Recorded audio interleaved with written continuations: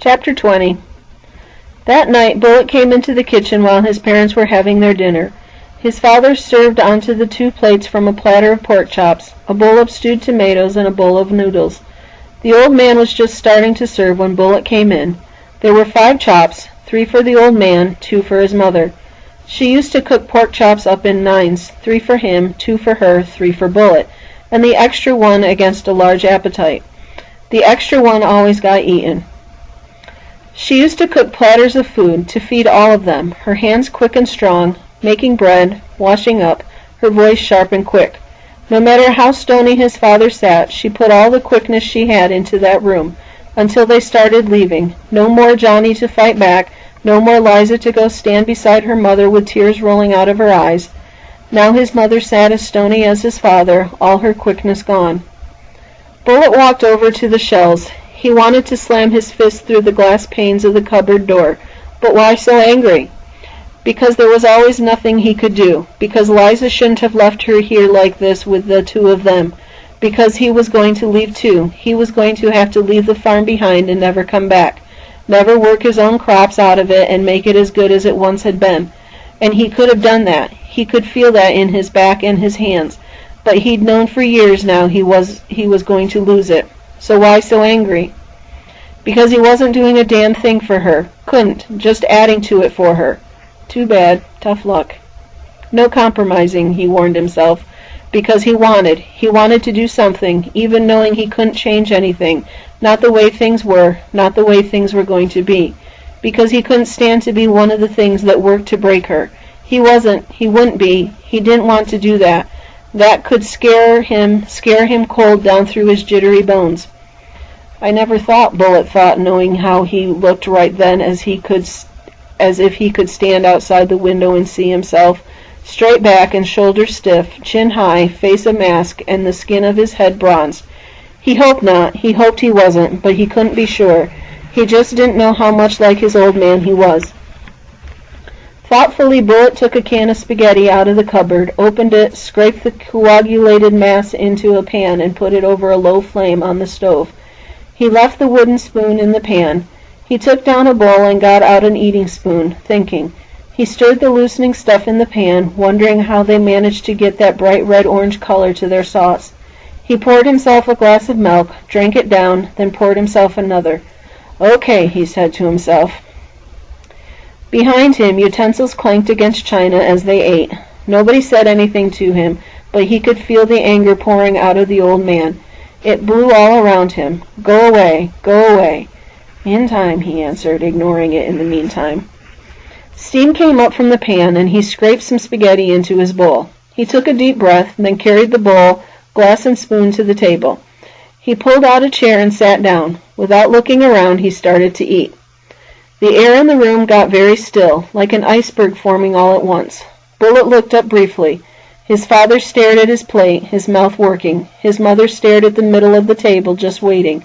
Bullet went back to his slow eating. Finally, his father spoke to him. "At the risk of being repetitive, I said I didn't want to lay eyes on you until you had looked like a human being again. I believe you were excused from the table until then." The cold eyes looked right at Bullet. Bullet looked right back. The old wind and the old anger, he thought. He kept his voice quiet when he answered. "No." That was everything he had to say about that question, the general question, and the particular one. The old man couldn't do anything except get up and leave the table himself. "I don't eat with animals," he said to Bullet. "That's right, you don't," Bullet said.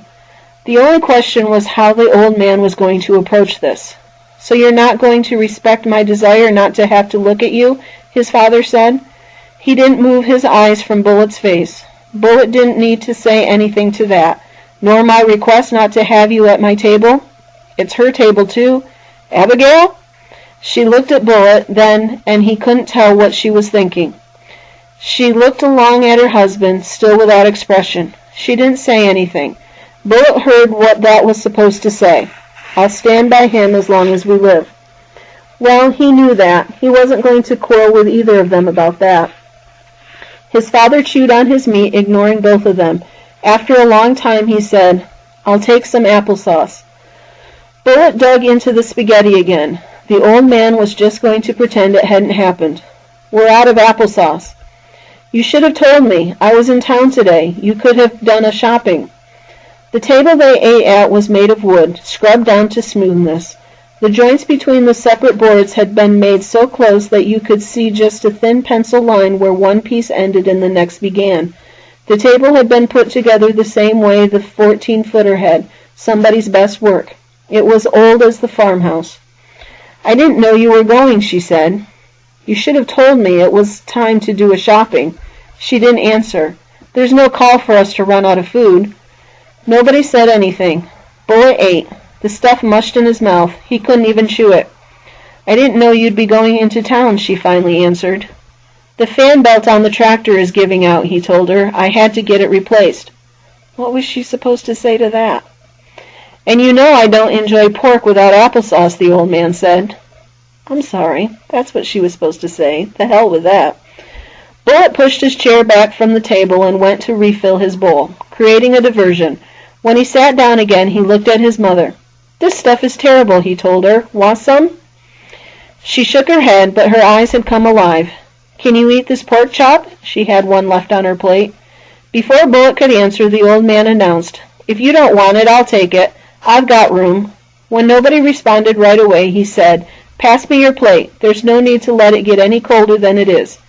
It's almost funny, Bullet thought, ducking his head to hide his expression.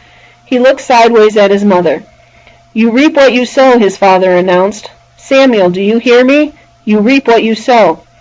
"I hear you," Bullet answered without anger. "But I don't have to reap what you've sown, old man." "Are you thinking about soybeans for the front fields next season, then?" he asked. At his right hand, his mother humphed. Then sounded the sound of smothered laughter. "You, Bullet," she warned. "Okay," he promised her. The coach read them the letter inviting the team to take part in the state field and track championships the weekend before Thanksgiving. 25 teams from all over the state were invited. The meets would take place over near Frederick in the western part of the state from Friday through Sunday. "Well, what do you think? Are you ready?" the coach asked them. "Sure. I'm always ready to miss a couple days of school." "I hope," the coach told them, "you're not taking this as lightly as you seem to be, because that would mean you're seriously underestimating the competition. Only one of the schools we've played this fall is going to be there, Acorn. Remember that meet? The first? They had one coach for every player, didn't they? We're a lot better now." "Yeah, well, so are they. You can count on that." That point sobered them. "And they're the only one of the 25 we've gone up against. Look at the list yourselves. We've got no reason to be confident. On the other hand, we do have the element of surprise. They're not expecting us to be as good as we are, not the whole team. Bullet here they know about, but the rest of us. It'll be hard. I'm not trying to kid you, but I can see it right out in front of me." His hand reached out as if to pluck an invisible cluster of grapes from just overhead. "I can almost touch it. I can almost taste it." "Hey, Coach, you're not expecting us to win this thing, are you? It's only 3 weeks. We can't get that good in 3 weeks. The coach looked deliberately around the circle of young men. "That would be too much, winning the whole thing, but I'd like to come in among the top 10, and I think this year we just might be able to do that. If you're on your form and you bust your guts, I think we're good enough for that. What do you think? Are you good enough?" "How would we know? You're the coach." "I was planning on being happy just not to be on the bottom again, like 22nd place or maybe even 23rd. The South, Walker said, thought it was being invaded by hostile forces. The North thought it was trampling down the vineyards where the grapes of wrath were stored. He gave that a minute to sink in, long enough for Cheryl to say, "Battle Hymn of the Republic. How?" Walker just looked her in the eye and looked her in the eye. Bullet smiled to himself. He didn't mind Walker, he decided. "What do you think?" Walker asked. He waited to hear whatever anybody had to say.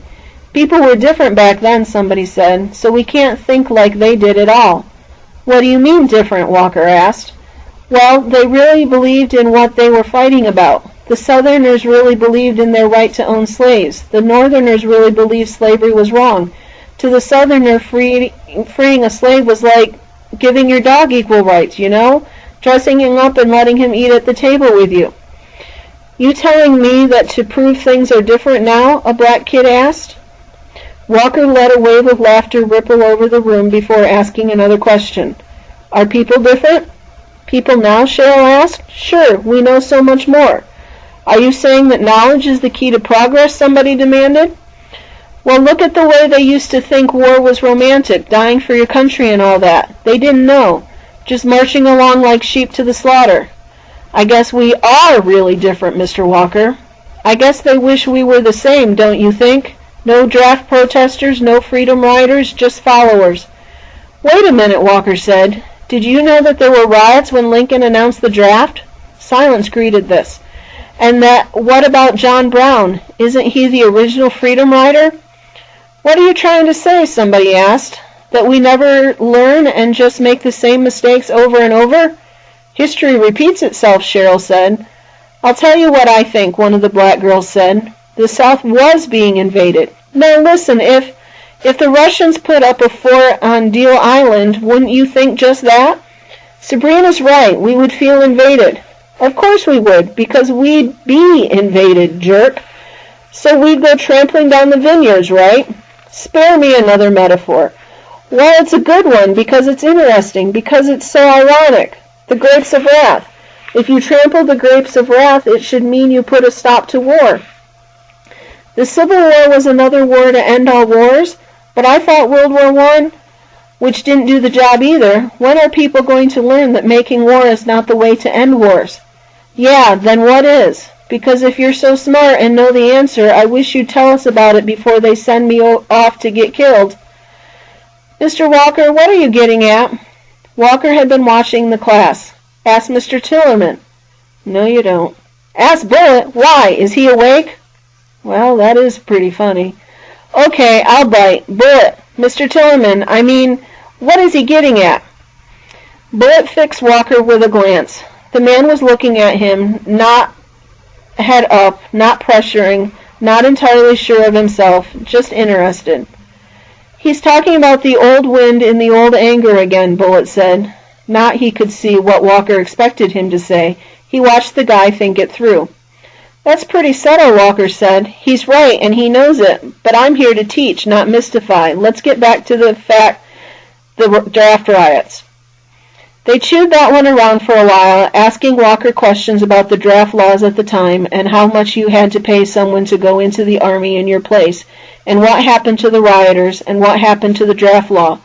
Bullitt relaxed back and followed his own thoughts. His father was pushing him out, and the draft was out there pressuring him in. How was he supposed to know what he wanted? In one way, getting drafted would be a way of getting away, running free and clear. In another, sticking it out at home would be a way of running beyond the reach of the draft. If he stayed on the farm, that would show his father, show him he couldn't push Bullitt out. If he went into the army, enlisted, it would be a way of not being pushed into it. The feeling in the classroom was pretty clear. They wanted to run clear of the draft. Not even the draft, really. They wanted to run clear of the danger. But that was one choice they didn't have, because you didn't choose the time you were born in. Bullitt thought on. Although it was the old wind in the old anger, the one thing you could be sure of was that it would blow on by. The war would end, his father would die, the wind was going to blow itself by whether you stood firm or ran along, with it or against it. He wondered, his legs stretched out, relaxed, crossed at the ankles, what he was going to decide to do. He had the same feeling he had waiting at the start of a race.